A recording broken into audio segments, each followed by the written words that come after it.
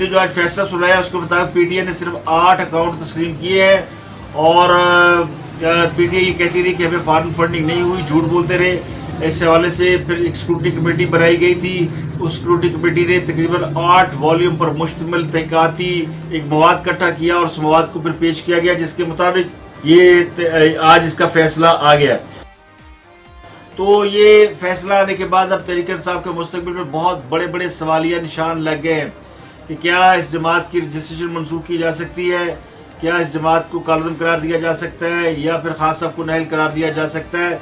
تو پاکستان کی ایک بڑی سیاسی جماعت جس کے پاس اب بھی بڑا ہیوی مینڈیٹ ہے، اس کے اوپر کیا پابندی لگنے جا رہی ہے؟ یہ سب وہ سوال ہیں، اور ان سوالوں کا جواب کسی اور کے پاس نہیں ہے۔ ان سوالوں کا جواب ہے پاکستان کی حکومت کے پاس، کہ حکومت کس حد تک آگے جاتی ہے، حکومت اس پہ کتنی کارروائی کرتی ہے۔ تحریک انصاف یہ مطالبہ کر رہی تھی کہ حکومت میں شامل جماعتوں کے خلاف بھی الیکشن کمیشن میں یہ کارروائی ہو رہی ہے تو ان کے خلاف بھی تحقیقات کی جائے، لیکن اس پر الیکشن کمیشن نے کچھ حد تک انتظار کیا، لیکن اب چونکہ الیکشن کمیشن پر بھی دباؤ آ رہا تھا کہ اس جماعت کا 8 سال سے کیس چل رہا ہے، پہلے اس کا فیصلہ سنایا جائے۔ تو آج تحریک انصاف والوں نے بھی پریس کانفرنس کی ہے، اور انہوں نے بتایا کہ جی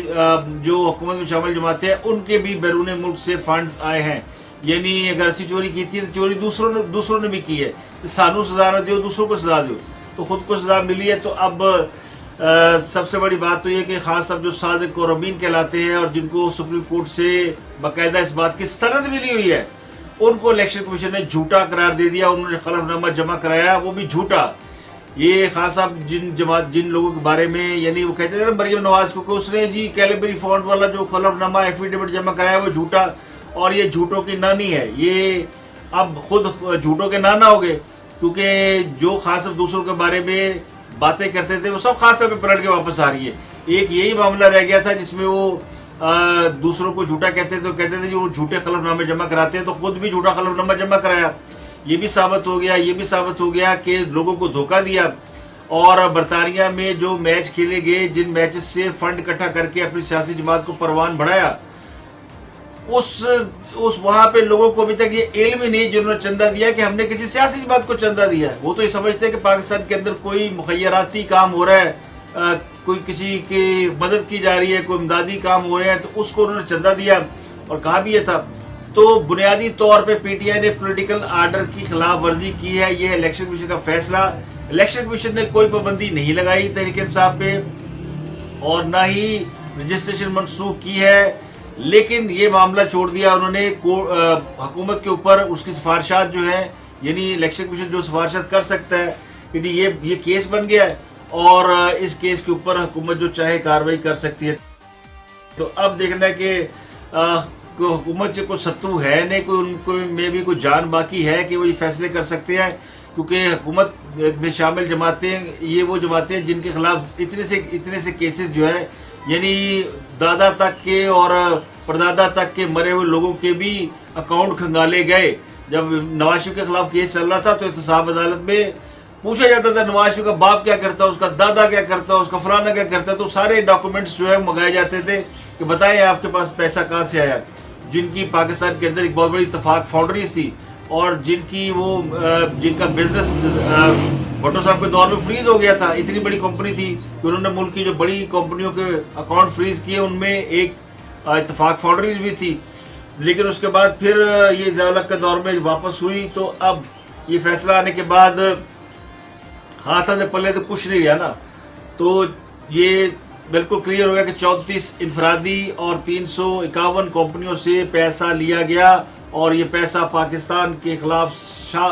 ایک سازش میں جو ہے وہ شامل ہوا، استعمال ہوا۔ تو اسی طرح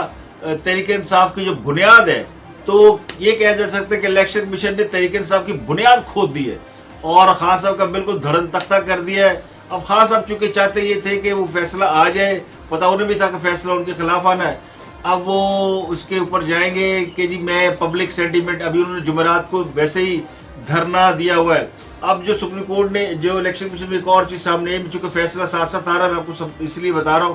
کہ جی کیوں نہ جو شو کا نوٹس دیا گیا اس میں کہا گیا کیوں نہ آپ کے فنڈ ضبط کیے جائے، یعنی جو فنڈ باہر سے آئے ہیں وہ ممنوعہ فنڈ آئین کے آرٹیکل 6 کے خلاف لیے گئے ہیں،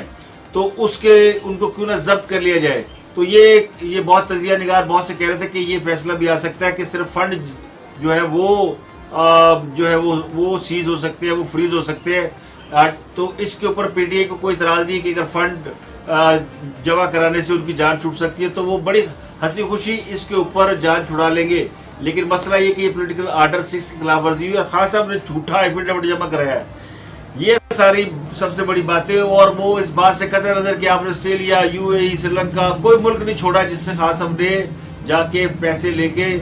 لیے انہوں نے خیرات اور احتیاط کے نام پر اور بنا لی اپنی سیاسی جماعت، اور بنانے کے بعد اس ملک کے اندر وہ وزیر اعظم بن بیٹھے اور پاکستان کا جو حشر کیا وہ سب کے سامنے ہے. تو قانونی ماہرین کے مطابق کہ اس پر حکومت ریفرنس بنا کر بھیج سکتی ہے پابندی کے لیے، اور یہ ریفرنس سپریم کورٹ میں جائے گا اور سپریم کورٹ اس کا فیصلہ کرے گی. تو لگتا یوں ہے کہ یہ معاملہ جس قدر اس کے حوالے سے ایکسپیکٹیشن تھی شاید اتنا اس قدر سنگین بھی نہیں ہے. جو تحریک انصاف کے ذرائع ہیں وہ کہتے ہیں جی کہ یہ معاملہ ہائی کورٹ اور سپریم کورٹ میں جائے گا، چیلنج ہو جائے گا اور پہلی پیشی میں اٹھ جائے گا، کیونکہ اس فیصلے میں کوئی زیادہ جان نہیں ہے. اس کے علاوہ تحریک انصاف کے چیئرمین عمران خان کا خیال یہ ہے کہ وہ چونکہ اس وقت اپنی پاپولرٹی کی معراج پر ہے اور ان کی ساکھ بڑی زبردست ہے پبلک کے اندر، اور پبلک یہ فیصلہ قبول نہیں کرے گی، تو یہ فیصلہ جو ہے وہ کسی بھی حوالے سے ایکسیپٹ نہیں کیا جا سکتا. اور پاکستان کے اندر اگر اس قسم کے فیصلے یعنی بڑے سیاسی لیڈروں کو اگر سزا دینے کی بات کی جائے تو اس کو عوام کبھی بھی قبول نہیں کرتے، چاہے وہ بھٹو صاحب ہوں، چاہے وہ نواز شریف ہوں، چاہے عمران خان ہوں. تو تحریک انصاف بڑی پر امید ہے. وہ کہتے ہیں جی نکلا پہاڑ کھودا، وہ کہتے ہیں جی نکلا چوہا کھودا پہاڑ. تو وہ اس طرح کی باتیں کر رہے ہیں، اور وہ کہتے ہیں جی یہ فیصلہ یعنی جو ماہرین ہیں جو بہت سے تجزیہ نگار یہ مجھ سمیت کئی لوگ یہ سمجھتے تھے کہ شاید تحریک انصاف میں پابندی کا فیصلہ الیکشن کمیشن کرے گا اور اس کی سفارش کرے گا اس بات کو بین کیا جائے، اس کی رجسٹریشن منسوخ کی جائے. لیکن الیکشن کمیشن نے کوئی بھی فیصلہ خود سے نہیں کیا ماں سوائے اس بات کے کہ انہوں نے شو کا نوٹس جاری کر دیا اور یہ کہا کہ کیوں نہ آپ کے ممنوعہ فنڈ جو ہے وہ ضبط کر دیے جائیں. تو یہ وہ فیصلہ ہے جس کے اوپر پوری قوم کی نظریں تھی اور 8 سال سے قوم ایک بڑے بحران اور کرائسس کا شکار تھی. تو کیا یہ فیصلہ عوام کی امیدوں پر پورا اترا ہے؟ یعنی جو توقع لوگ کہہ رہے تھے کہ اس فیصلے سے پاکستان کے سیاسی منظرنامے میں تو بہت بڑی تبدیلی آ جائے گی، کیا یہ فیصلہ ہے اس کے مطابق ہے یا نہیں، اس کا فیصلہ تو آنے والا وقت کرے گا. لیکن ایک بات طے ہے کہ خان صاحب کے اوپر جتنے خان صاحب کے اوپر جو ٹیگ لگے تھے ایمانداری کے، سچائی کے اور نیٹ اینڈ کلین ہونے کے، وہ سارے ایک ایک کر کے شیٹرڈ ہو گئے. اور اس کے اوپر جو یہ آخری کیل ہے تابوت میں یہ ٹھوکی ہے الیکشن کمیشن نے فارن فنڈنگ کیس کے حوالے سے یا ممنوع فنڈنگ کے حوالے سے. ووٹر کرکٹ کلب کی جو فائنینشیل ٹائم میں آئی ہے اسٹوری، وہ اسٹوری بھی الیکشن کمیشن نے اس کا بھی ذکر کیا ہے کہ ان سے بھی فنڈ لیے گئے. تو اس سارے معاملے میں جو امپورٹنٹ بات یہ ہے کہ غیر ملکی کمپنیوں سے پیسہ لیا گیا. لیکن اب معاملہ یہ کہ پاکستان کے اندر اشرافیہ ہاں وہ حکومت میں ہو ہاں وہ اپوزیشن میں ہو، ان کا جو سب سے بڑا جو معاہدہ ہے وہ یہ انڈرسٹینڈنگ ہے وہ یہ کہ you scratch my back I scratch your, یعنی ایک دوسرے کے خلاف اس حد تک نہیں جاتے کہ جس میں کوئی بہت زیادہ یعنی ایکسٹریم لیول ہو. جیسے پچھلی گورنمنٹ کے لوگوں جو پکڑا عمران خان صاحب نے تو کسی کا کیس بھی انجام تک نہیں پہنچا اور کسی کو بھی سزا نہیں ہوئی، کسی کے خلاف کوئی کیس ثابت نہیں ہوا. اس طرح خان صاحب کے اوپر درجنوں الزام موجودہ حکومت لگاتی ہے لیکن کوئی کیس اور کوئی الزام ثابت نہیں کیا کسی کورٹ میں جا کے. یہ الیکشن کمیشن کا معاملہ ہے. اب اس کے اوپر حکومت کی دیکھتے ہیں کہ وہ کتنی زیادہ اس کے اوپر اپنی جو ہے وہ میں بھی شیئر شیٹ کو سن رہا تھا تو انہوں نے اس فیصلے کو کہا کہ یہ کوئی بڑا فیصلہ نہیں ہے اور یہ بلکہ الیکشن کمیشن نے ایسا فیصلہ دیا ہے جس کی وجہ سے پاکستان ایک سیاسی بحران سے بچ گیا ہے. تو اب کچھ لوگ یہ کہتے ہیں جی یہ فیصلہ نرم ہے، یہ نرم کرایا گیا ہے، کچھ طاقتیں اس کے اندر انوالو تھی. انہوں نے کہا جی کہ یہ اگر یہ فیصلہ بالکل عمران خان صاحب کو کے خلاف آیا تو انہیں دیوار سے لگایا گیا. تو اس وقت اس پوزیشن میں کیونکہ خان صاحب وہ وہاں لیڈر جو اس وقت اسٹریٹ پاور کے ساتھ میدان میں موجود ہے اور وہ کچھ بھی کر سکتے ہیں. تو پاکستان کے جو معاشی حالات ہیں وہ اچھے نہیں ہیں اور سیاسی حالات بھی اچھے نہیں ہیں. تو پھر ایسا لیڈر جس کو اگر دیوار سے لگائیں گے وہ کچھ بھی کر سکتا ہے. تو بہرحال یہ اکبر ایس بابر صاحب کی اخلاقی فتح ہوئی ہے. انہوں نے یہ کیس کیا تھا اور انہوں نے بالآخر پی ٹی آئی کو بے نقاب کر دیا ہے. اب فیصلہ کچھ بھی ہو, سپریم کورٹ کا یا جو بھوٹان کی عدالت ہے وہ کوئی فیصلہ کر دے اور وہ کہ جی نہیں الیکشن کمیشن نے بالکل غلط فیصلہ دیا ہے اور خاص صاحب کو ہم مینوسی دیتے ہیں. یہ ہو سکتا ہے پاکستان کے اندر آئین اور قانون اور نظریہ ضرورت یہ تو ہر وقت جو ہے وہ موجود رہتا ہے, اور اس میں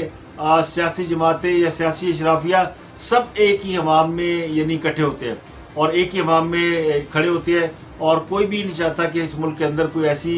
یعنی اس ملک کے اندر جو حقائق ہیں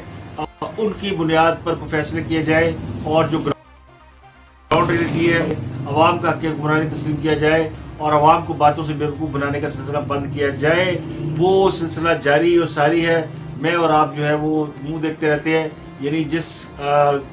جماعت کے اوپر اگر ممنوع فنڈنگ ثابت ہو گئی ہے اس جماعت کو بھی اگر الیکشن کمیشن یہ نہیں کہہ رہا کہ آپ کی رجسٹریشن منسوخ کی جاتی ہے یا آپ پہ پابندی کی سفارش کی جاتی ہے تو پیچھے کی رہ گیا. پھر فیصلہ کنے کرنا ہے, پھر تو دیتا جائے گا. اب یہ تو بارگیننگ پوزیشن میں آ گئی حکومت چاہے تو عمران خان کے ساتھ کوئی ڈیل کر لے اور ان کو بین نہ کرے, ان کی جماعت پہ پابندی نہ لگے کہ جی ایک سال بیٹھے رہو اسی الیکشن کراؤں گے اگلے سال, اس میں چپ کر کے بیٹھے تو یہ ڈیل ہو سکتی ہے. تو پاکستان کے اندر سیاسی ڈیلیں کے لیے یہ جو آئینی اور قانونی فیصلے ہوتے ہیں یہ سب سے آئیڈیل موقع ہوتا ہے کہ آپ سیاسی اور قانونی کو ڈیل کر دیں. تو یہ پاکستان کے اندر, لیکن بہرحال لیٹ سی, یہ فیصلہ آ گیا ہے, بال ان گورنمنٹ کورٹ اور عوام کی عدالت میں, عوام کے سامنے صورتحال سامنے آ گئی. فیصلہ پھر بھی خلق خدا نہیں کرنا, آج نہیں تو کل خلق خدا کا راج تو ہوگا اور خلق خدا ہی راج کرتی ہے. اپنا اور گردنوا کے لوگوں کا بہت خیال رکھیے.